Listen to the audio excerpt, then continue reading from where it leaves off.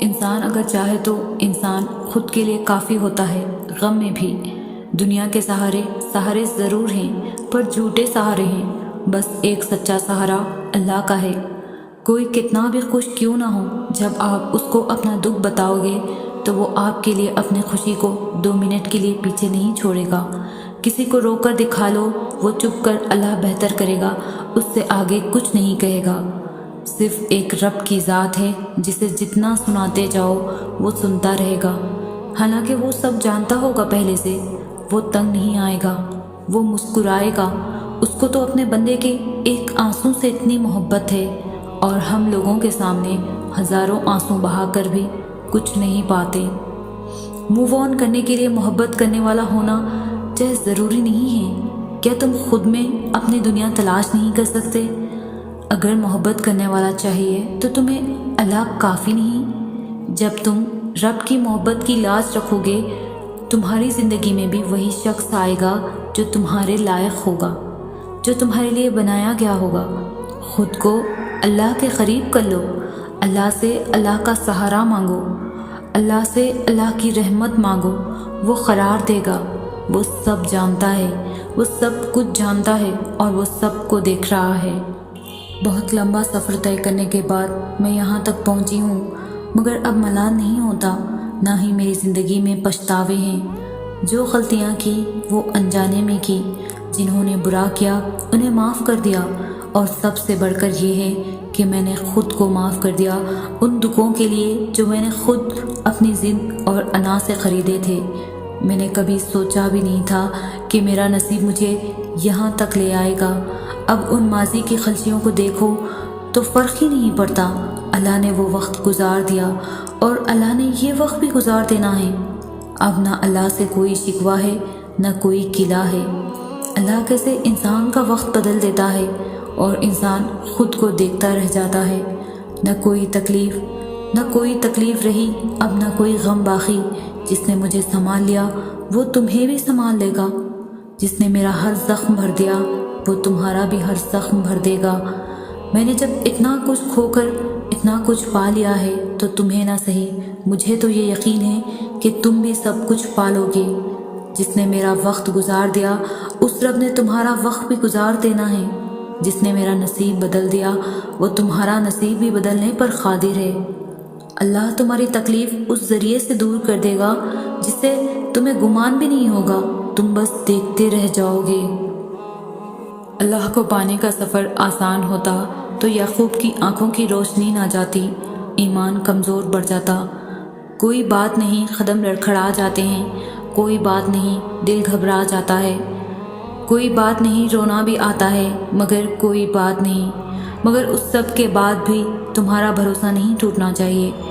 چلتے چلتے تھک بھی گئے ہو تو قدم رکنے نہیں چاہیے، روتے بھی ہو تو شکوہ نہیں کرنا چاہیے، اور یہیں پر اللہ کو اس کے پیارے بندے ملتے ہیں، وہ جو سفر کرتے رہتے ہیں، وہ جو گر کر بھی بھٹکتے نہیں، اور یہی یقین تمہیں اللہ کا بنا دیتی ہے، کیونکہ اللہ کو تو بس تمہارا یقین دیکھنا ہے۔ اپنی مانگی ہوئی دعاؤں پر اتنی اداسی کیسی، نا امیدی اور بے یقینی ایسی کہ اللہ ایک دم تمہارے دل سے اتر گیا ہو، جیسے بس کہ وہ دیر کر دیتا ہے تمہاری دعاؤں پہ، کن کہنے میں، معجزے ہونے میں، صبر دینے میں، یقین رکھنے میں، امید دلانے میں، توکل کرنے میں، اور سب سے بڑھ کر تمہاری چاہ میں۔ تمہیں لگتا ہے وہ دیر کر دیتا ہے، حالانکہ وہ تو سب سے پہلے ہی دے دیتا ہے، بس تم اس کی آزمائش کو سمجھنا نہیں چاہتے۔ وہ آزمائش جو تمہاری من پسند چیزوں کے ذریعے اللہ تمہیں آزماتا ہے۔ آزمائشوں کے ذریعے ہی اللہ ہمیں اپنے قریب کرتے ہیں، اور اسی لیے وہ ہر راہ میں ہمارا امتحان لیتا ہے، اور دعائیں تو قبول ہو جایا کرتی ہیں، دیری بھی وقتاً ہوا کرتی ہے۔ یہ بھی تو ہو سکتا ہے اسے دعاؤں میں تمہارے منہ سے نکلے ہوئے الفاظ اتنے پسند آ گئے ہوں کہ وہ تمہیں بار بار سننا چاہتا ہو سکتا ہے اسی لیے دعاؤں کی قبولیت میں دیری ہو رہی ہو۔ بس تم اللہ سے پختہ یقین کرے رکھو اور بار بار امید مت ہارا کرو۔ جس امید سے تم اللہ سے مانگتی ہو اسی امید سے صبر بھی کر لو۔ ہر چیز اپنے وقت پر مقرر رہیں۔ دیکھنا ایک دن معجزہ ہو جائے گا اور تمہیں یقین نہیں آئے گا، وہ کن بھی کہہ دے گا اور تمہیں اپنے صبر کا اجر بھی مل جائے گا۔ وہ کیسے نہ کرے، بس وہی ہے جو اس جیسا کوئی نہیں، جو برے حالات کو اچھے حالات میں بدل سکتا ہے، جو بندے کا نصیب لکھ سکتا ہے، تو وہ سب کچھ کر سکتا ہے اور کیا کچھ نہیں۔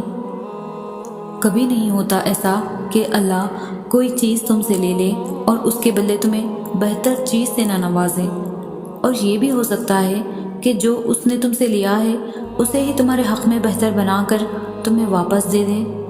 اس کی حکمتیں، اس کی مصلحتیں تم نہیں سمجھ سکتے، لیکن وہ تمہاری تکلیف سے خوب واقف ہے۔ وہ بس آزماتا ہے کہ میرا بندہ میری محبت کے لیے کس حد تک جاتا ہے۔ دعائیں، التجائیں سب وہ سنبھال کے رکھتا ہے، اور پھر ان ذریعوں سے ہمیں نوازتا ہے کہ ہم دیکھتے رہ جاتے ہیں۔ جب وہ دونوں جہانوں کا خالق ہو کر ہمارے یقین کی لاج رکھتا ہے تو کیا ہم اس کی محبت کی لاج نہیں رکھ سکتے؟ اس کی رضا میں اپنا دل مطمئن نہیں کر سکتے؟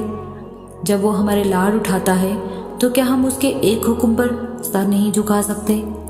اس جیسی محبت تو کوئی نہیں کر سکتا، مگر ہاں ہم اس کی چاہت کا احترام تو کر سکتے ہیں، اس سے محبت کرنے کی کوشش کر سکتے ہیں۔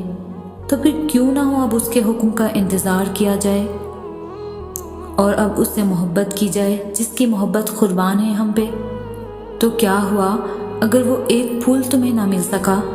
ہو سکتا ہے سارا باغ تمہارا مقدر ہو، اور میرے رب کو دل خوب مطمئن کرنے آتا ہے۔ اللہ کوئی بھی چیز بے مقصد نہیں بناتا، کوئی بھی چیز بے مقصد تمہاری زندگی میں نہیں لاتا۔ تو ہر شخص کا آنا اور زندگی سے چلے جانا خاص مقصد سے ہے۔ کچھ لوگوں کے ذریعے وہ ہمیں شکر کے آداب سکھاتا ہے، جن کو دیکھ کر دل سکون سے بھر جاتا ہے اور زندگی محسوس ہونے لگتی ہے۔ ایسے لوگوں کو دیکھ کر انسان اس کے ہونے کا شکر کرتا ہے، اور ایسے ہی اللہ ہمیں کچھ ایسے لوگوں سے بھی ملواتا ہے جن سے ہمیں تکلیف کے سوا کچھ بھی حاصل نہیں ہوتا، اور ایسے لوگوں کے ذریعے ہمیں صبر کرنا اور ضبط کرنا سکھاتا ہے۔ زندگی میں کچھ بھی مستقل نہیں رہتا۔ آج جس لمحے میں ہم سانس لے رہے ہیں، ماضی میں ہم اسی لمحے میں کسی اور حال میں تھے، بالکل ایسے ہی مستقبل کہیں اور ہوگا۔ تم جیسے بھی ہو، جہاں بھی ہو، پرفیکٹ ہو، اور جانتے ہو تبھی قرآن پاک میں فرمایا گیا ہے کہ اس نے نہایت خوب بنائی جو چیز بھی بنائی، اس نے بے حد و حساب چیزیں تخلیق کی اور ہر شے اور ہر شخص کو الگ حسن سے نوازا۔ تمہیں دیکھنے کے لیے آنکھ دی اور سننے کے لیے کان، تمہیں دنیا کے ہر رنگ سے ملوایا، صبر کرنا سکھایا، ضبط کرنا سکھایا۔